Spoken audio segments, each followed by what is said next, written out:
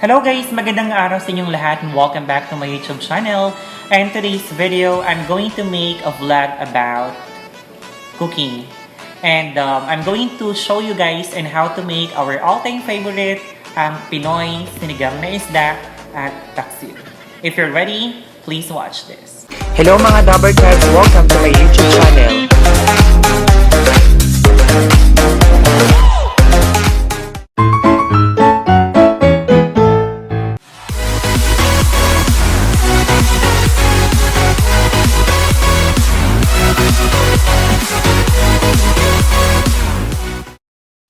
Narito ang mga tips na dapat nating malaman kung tayo magluluto.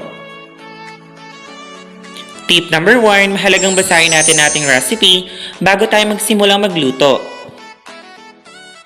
Tip number 2, hugasang mabuti ang mga sangkap na gagamitin sa pagluluto, katulad ng karne, gulay at isda. Tip number 3, siguraduhin natin na bago tayo magsimulang magluto, lahat ng sangkap na gagamitin natin ay nakahanda na. Tip number 4, siguraduhin natin matalas ang kutsilong gagamitin natin sa paghihiwa ng mga sangkap. Tip number 5, kailangan nating patuyuin ang mga sangkap na gagamitin natin sa pagluluto katulad ng karne, isda at gulay. Tip number 6, mahalagang huwag nating kalimutan ang mga pampalasa na gagamitin natin sa ating lulutuin katulad ng asin, paminta at kung ano-ano pa. Tip number 7, gumamit ng tamang lutuan na naayon sa iyong lulutuin. Tip number 8, clean as you go. Siguraduhin nating malinis ang ating area bago natin ito iwanan. By the way guys, sa today's video, it's gonna be more exciting and challenging for me because it's my first time to make a vlog about cooking. And today, ang pinaka-challenging para sa part ko is we don't have burner here. What we have is rice cooker. I don't know kung magiging maayos siya pero I think okay naman. First thing na gagawin natin is i-prepare natin lahat ng ingredients na gagamitin natin. We have to wash all the ingredients, especially yung mga vegetables natin. And then, after nyan, slice natin and gumawa tayo ng mise en place na tinatawag.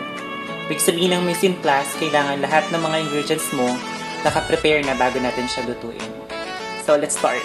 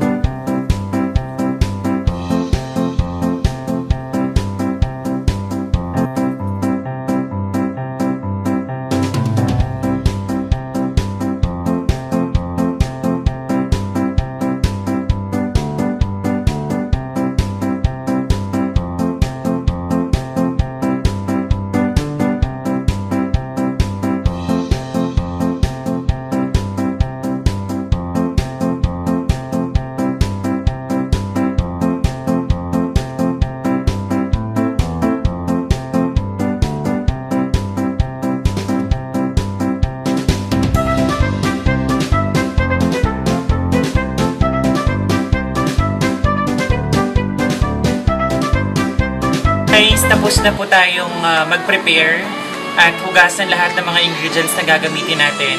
So, isa-isa ko pong ipapakita sa inyo yung mga ingredients na gagamitin natin for sinigang at saka sa paksiw.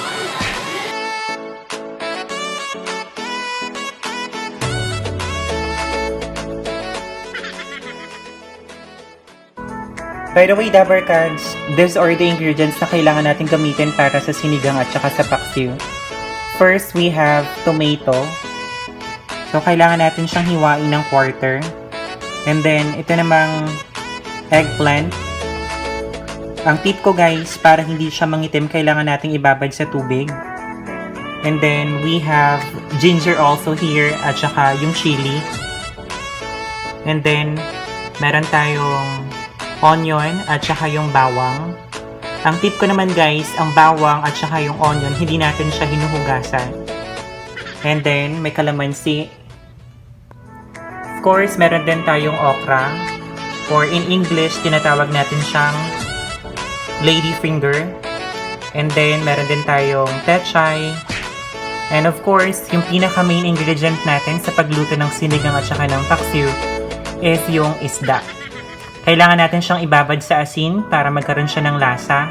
At syempre, hindi natin dapat kalimutan yung sinigang na isda nor seasoning at saka magic sarap. When we are about to start cooking, guys, first step na gagawin natin, we need to boil water at least half ng pot.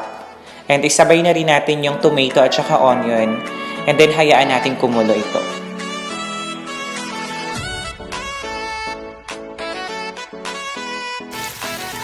Kung mapapansin nyo mga Dabarkads, kumukulo na yung tubig. And yung next step natin is that we have to put our main ingredient, which is yung fish.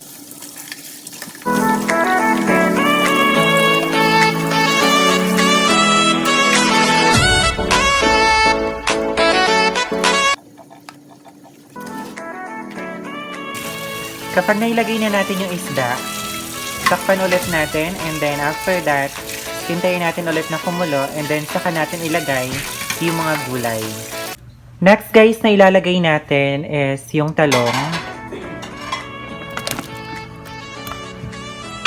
Kailangan nating ilagay muna yung medyo matigas, and then iuhuli natin yung mga madali lang maluto.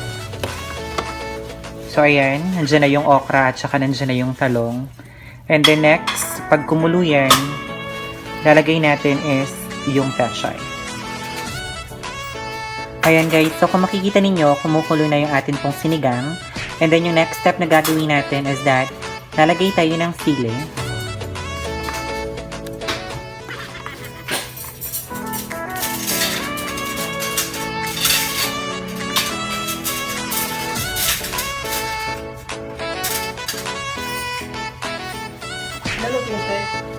Ngayon naman, isusunod natin yung pechay. Make sure lang na yung pechay ninyo is malinis. Yung talagang nahugasan natin. Kasi may mga dahon-dahon or may mga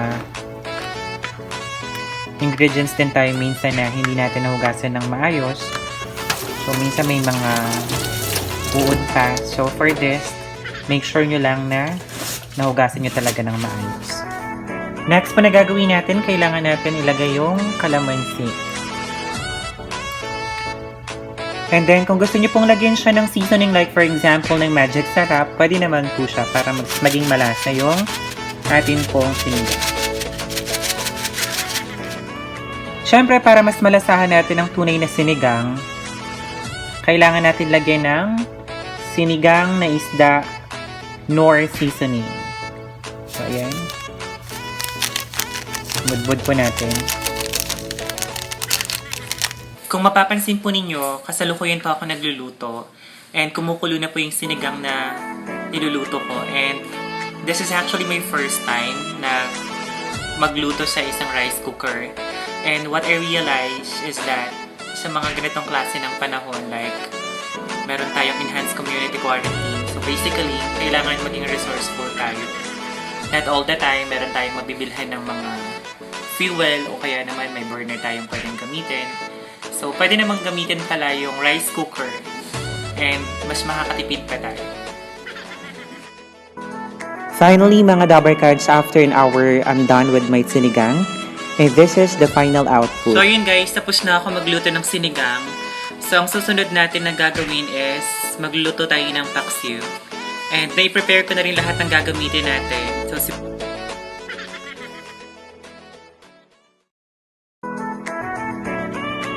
una natin gagawin, hugasan muna natin yung isda. And then, ibabad natin siya sa konting asin. And then, ilagay natin guys yung bawang. Actually, pwede mong pagsabay-sabayin ito. Lagay na rin natin yung sibuyas.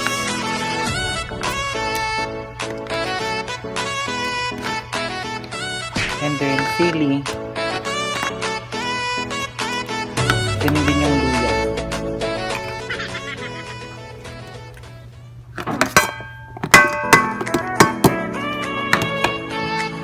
So yung mga Dabber Cats, complete na po yung ating ingredients para sa paksiw.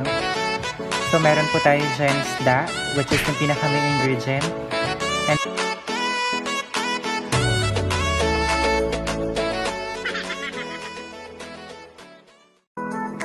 maraming salamat sa inyong panonood mga Dabber Cats.